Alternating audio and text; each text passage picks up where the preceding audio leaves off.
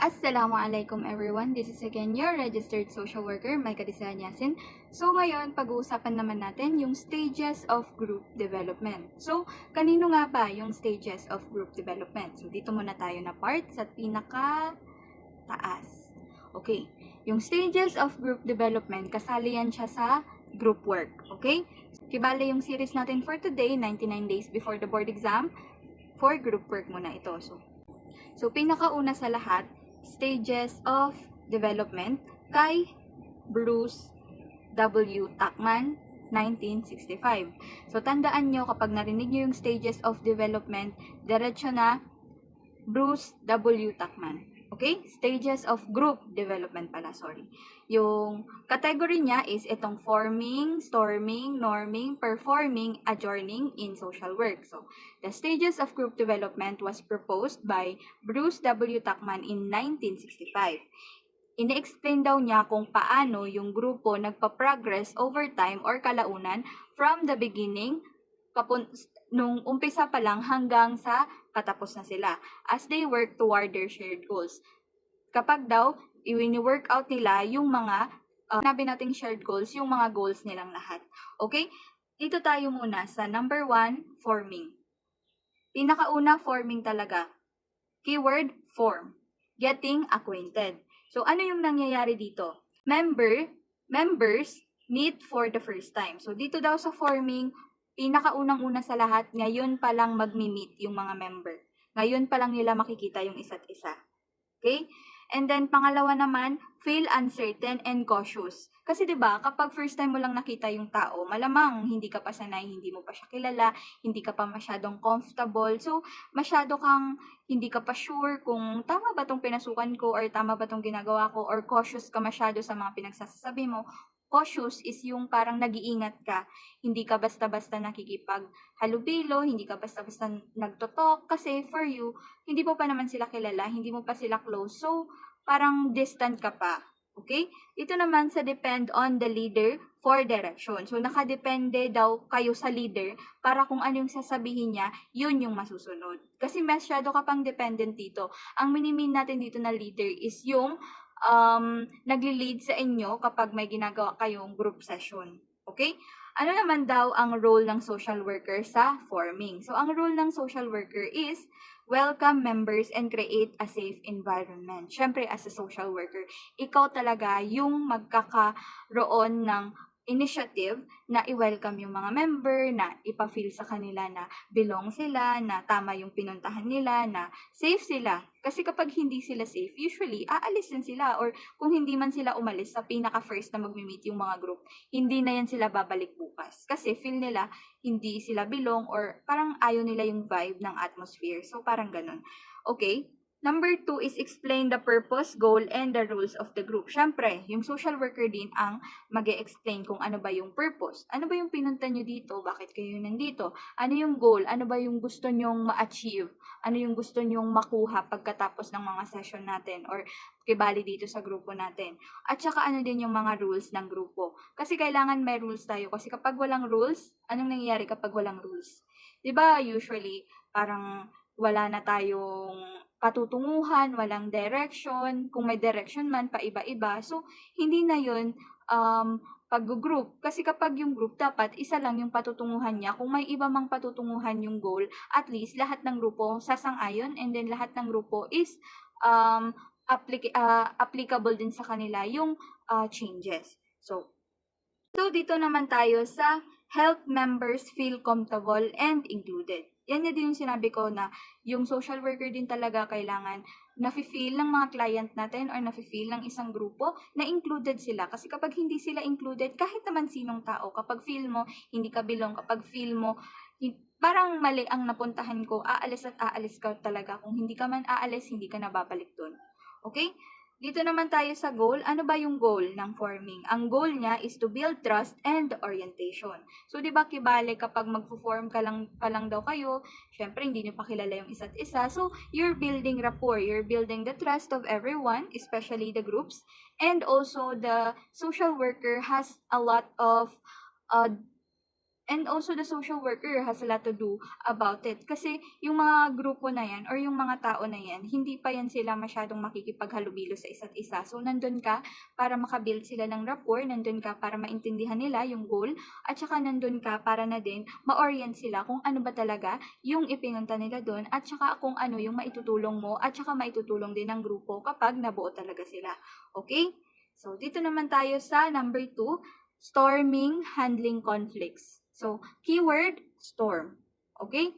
What happened? So, ano nga ba ang nangyayari sa storming? Storming, pinakauna, conflicts and disagreement arise. Storming, di ba kapag may mga kulog at kidlat, naguhudyat na yan na parang may gulo or may disagreement or yung hindi natin pagkakaintindihan, sa number 2 na to, dyan daw yan nag-occur.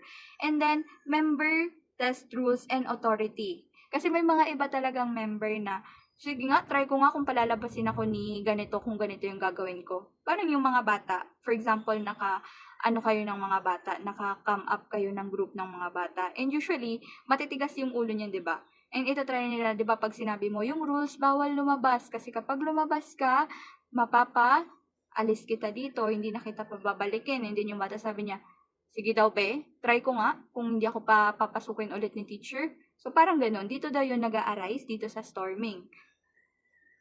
Number 3, competition for rules or attention.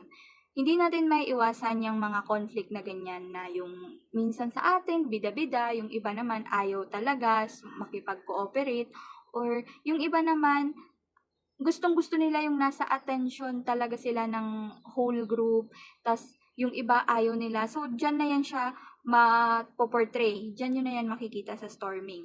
Okay? Emotion may run high. Siyempre, kapag galit ka, very high na yung emotion mo dyan, di ba? Masyado kang involved, masyado kang maraming pinaglalaban, masyado kang ganito, ganyan. So, dyan talaga, storming. Tandaan nyo lang talaga yung mga keyword nila. Form, storming. Kapag nakita nyo yung storm, kulog at kidlat, galit, conflict, disagreement, competition, basta nandyan lahat sa storming. Okay? Dito naman tayo sa role, or ano nga ba yung role nating mga social workers sa storming or kapag hinahandle natin yung mga conflict. Pinakauna sa lahat, stay calm and be a good listener. Okay? Hindi ka sasali. For example, nag-aaway-away sila, nagsisigawan silang lahat, tapos nakisigaw ka din. Kasi feel mo lang, wow, walang ganun. Hindi ka makikipagsigawan.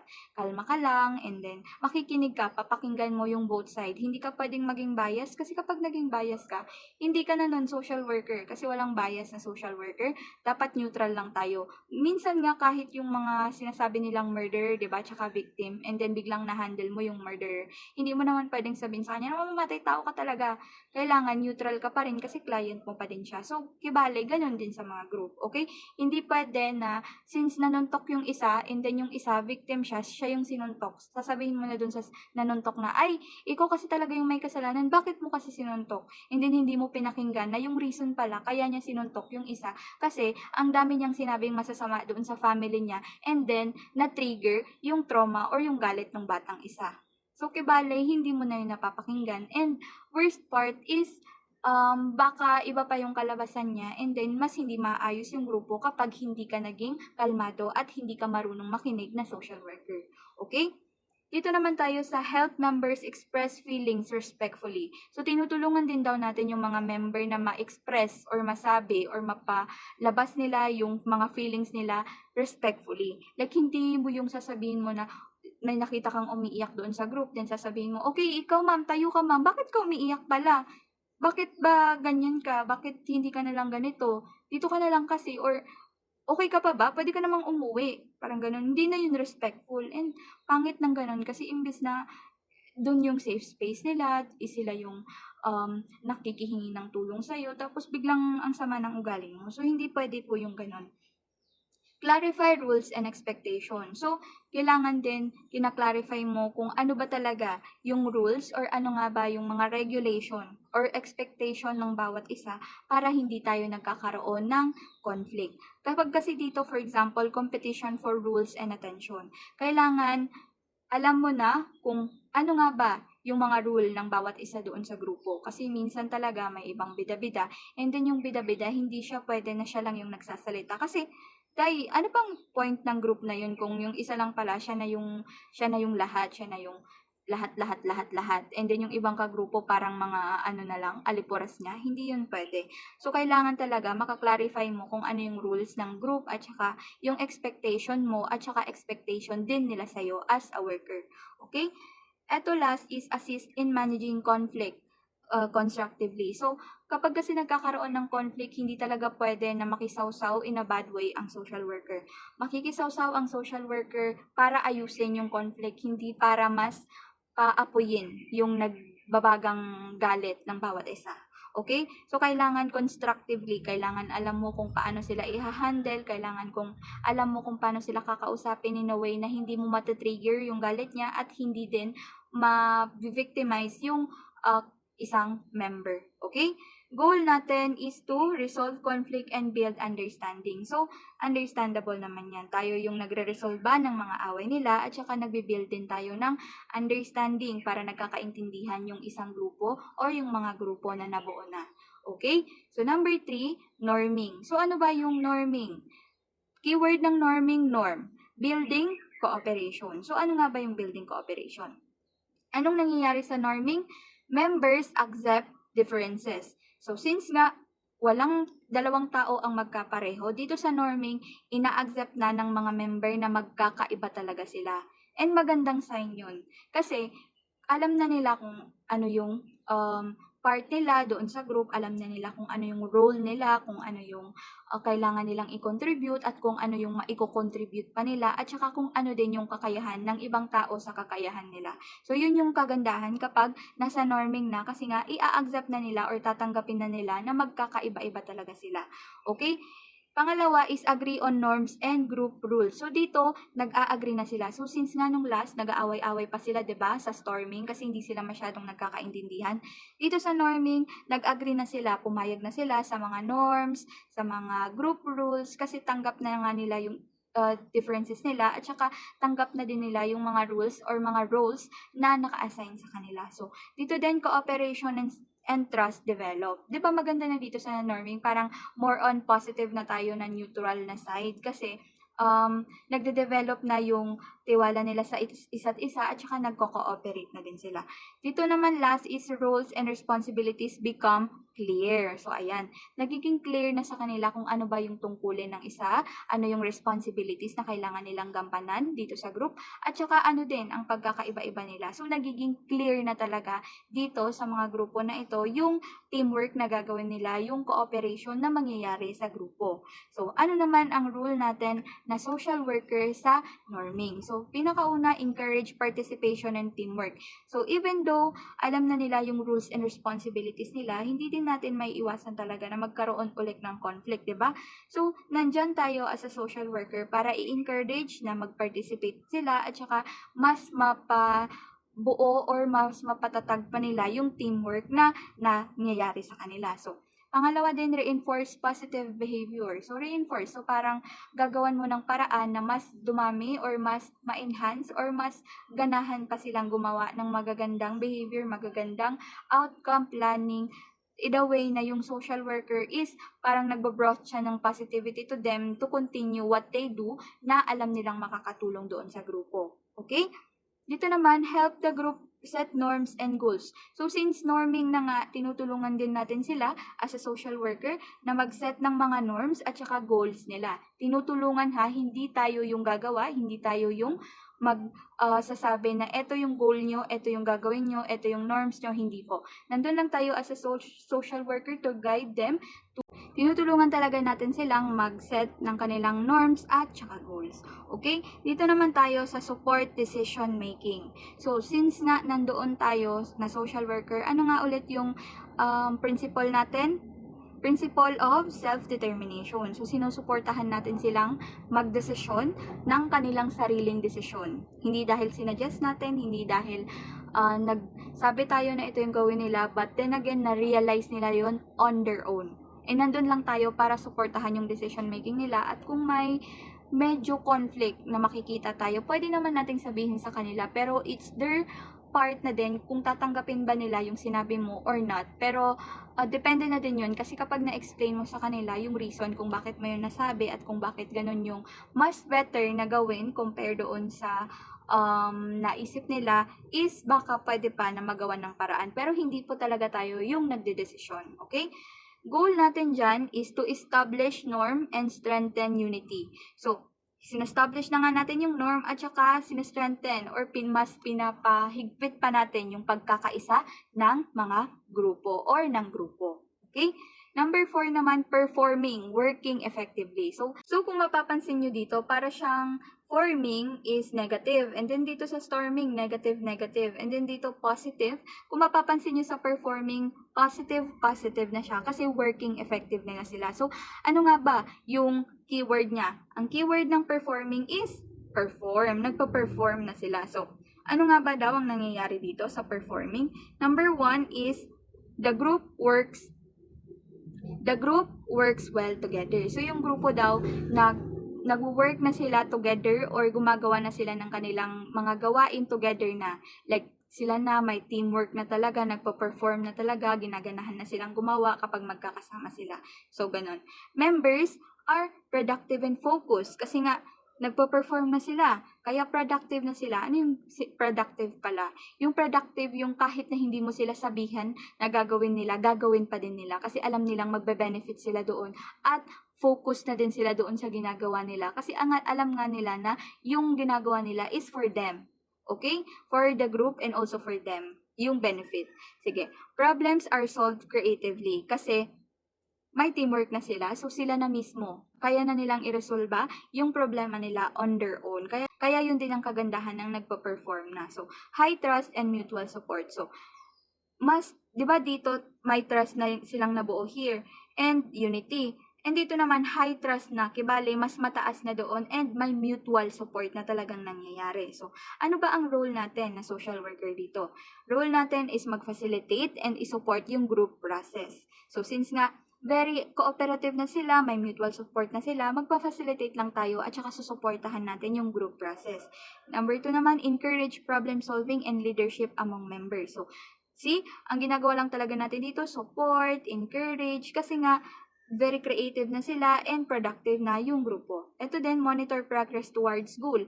Kailangan na monitor din natin kung may progress bang nangyayari o wala. Kasi kung walang progress na nangyayari, hindi pwede yun. Kailangan mag-improvise or kailangan pa nating mas paigihin or tingnan kung ano ba yung mga paraan para mas ma-improve pa ng isang grupo yung ginagawa nilang work nila. Okay? Dito naman tayo sa goal. Ano yung goal ng performing? Achieve goals and maintain high performance. So, since nga nagpo-perform na sila, kailangan na-achieve na nila yung mga goals nila, nakukuha na daw nila kung ano yung gusto nila, at saka na-maintain nila yung high performance. Like, hindi sila stagnant. Pag sinabi nating stagnant, yan yung parang still lang, yung hindi gumagalaw, yung kung gumagalaw lang, parang ang konti-konti lang na hindi mo makita. Pero yung ma-maintain yung high performance, alam mong pataas ng pataas ng pataas, nag-i-improve sila, gumagaling sila. Okay? Last naman dyan is adjourning. So, ano ba yung adjourning? Keyword, adjourn. Okay? Dito naman, plus. Dito is adjourning or ending the group.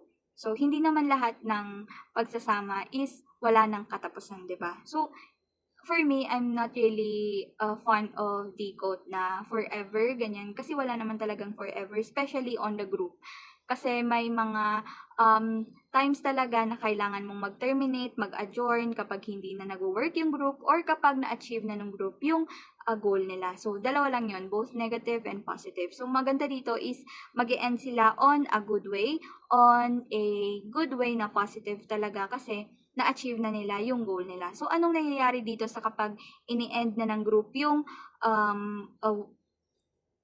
ano bang nangyayari dito kapag ini-end na ng group yung group development? Number 1 is the group complete its goal. Yun yung sinabi ko na kompleto na ng grupo yung gusto nilang mangyari or yung expectation or yung general goal nila. Dito din, members may feel sadness about ending. Siyempre, sino ba namang hindi masasad kapag magtatapos na kayo, hindi na kayo magsasama. So, eto, alam nyo yung isang ano ko dito, memory ko dito sa stages na to, nung nag-ano talaga kami ng Tarabasa. Kasi ganito din talaga yung nangyari sa amin. And then, nag-end up kami in adjourning. Sobrang hirap kasi parang na-attach ka na dun for 20 days. Tapos biglang boosh, adjourning na agad. So, ang bilis ng mga pangyayari. And I'm very thankful na na-experience ko yun. Kasi it gave a lot of sense of belongingness, sense of unity talaga sa aking heart na hindi ko makakalimutan, and they will always be a part of my journey talaga. So yun, member may feel sadness about ending. Syempre malulungkot ka talaga, hindi mo may iwasan na mag-isip-isip na baka ganito ganyan. But then again, alam natin na yung pagtatapos is in a good term. So alhamdulillah, as social workers, masaya tayo na nakabuo tayo ng grupo at natulungan nila yung sarili nila during that group stage development. Okay po?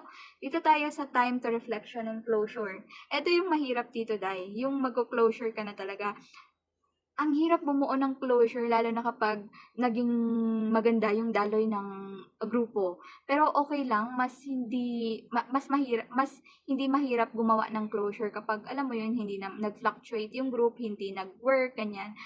Pero pag talaga nag-work, ang hirap mag-goodbye. Like, parang gusto mong ituloy-tuloy mo na lang kahit na wala ka ng benefits na pero hindi yun pwede. Kailangan talaga magkaroon tayo ng reflection kung ano yung naitulong ng group sa kanila, kung ano yung natulong ng group sa'yo, at kung ano ba yung development na nangyari doon sa group talaga. And doon na rin kayo magkakaroon ng closure. And that closure will be very special for you kapag na-feel yun na to, okay? Dito naman tayo sa role ng social worker. So, ano nga ba yung role natin as a social worker sa adjourning? Help the group reflect on the achievement. So, tinutulungan daw natin yung grupo na mag-reflect or matingnan nila yung mga achievements or kung ano ba yung nakuha nila or yung na-receive nila or na gain nila na experiences or na tackle nila about their goals, ganyan. So, encourage also the members to share feelings. Syempre, kailangan mong i-encourage din yung mga member na mag-share sila kung ano ba yung na-learn nila, kung ano yung feeling nila, or ano ba yung natutunan nila sa group na yon. And, yeah, kailangan talaga yan. Even though it will be emotional, pero alam niyo yun, it will be fulfilling na din. So, it's okay. Dito naman tayo sa provide closure and celebrate accomplishments. So, syempre, kailangan kapag may closure, sineselebrate din natin yung mga achievement natin. Kasi, as a babaeng, hindi talaga nagsiselebrate ng kanyang mga achievements. Kasi feeling ko, yung mga ginagawa ko is kailangan ko lang talagang magawa yun.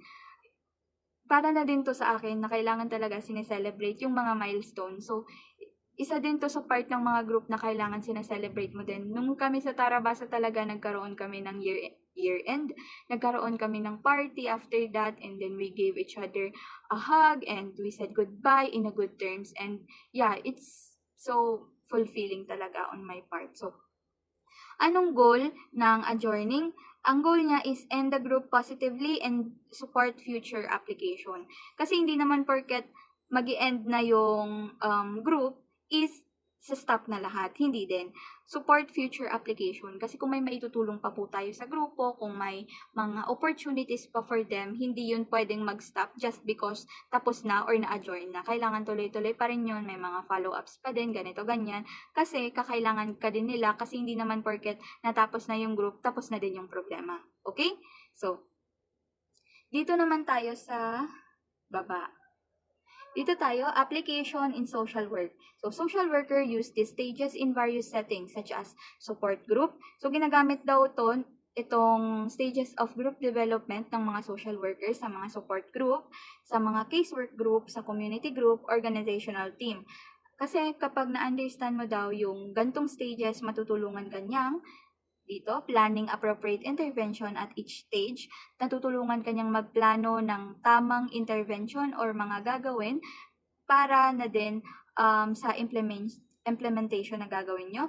Namamanage na din daw yung group dynamics o yung pagkakaiba-iba ng mga grupo at saka nagpo-promote din daw siya ng pagka-growth ng mga member at saka group success. So, importance in social work, knowing the stages of group development, natutulungan daw niya yung mga social work na mag-build ng stronger at mas effective na grupo, na-address niya yung mga challenges or yung mga conflicts in group interaction, at saka nai-empower niya din daw or nabibigyan niya ng lakas yung mga individuals na makabuo ng group support at makakuha din ng mga collaboration. So, strong group lead to positive change and better outcome for individuals and community. So, hindi lang individuals at group yung matutulungan mo, kundi pati na din yung komunidad. Kasi kapag nakabuo ka na ng grupo, for sure, magiging close na yan sila, and then kapag nagkita-kita sila, they could come up something good for the community, and it will not just benefit you as a worker, but will benefit them and also benefit the community. So I really hope po talaga na marami kayong natutunan for this topic, and thank you so much for listening, and I really hope na natulungan kayo ng discussion ko for today. So thank you very much. Sana pumasa. So, sa lahat po ng nakikinig ngayon sa aking discussion, sana pumasa kayo sa board exam, and I'm waiting for you here in the field. So, see you on the other side, future social workers. Bye-bye!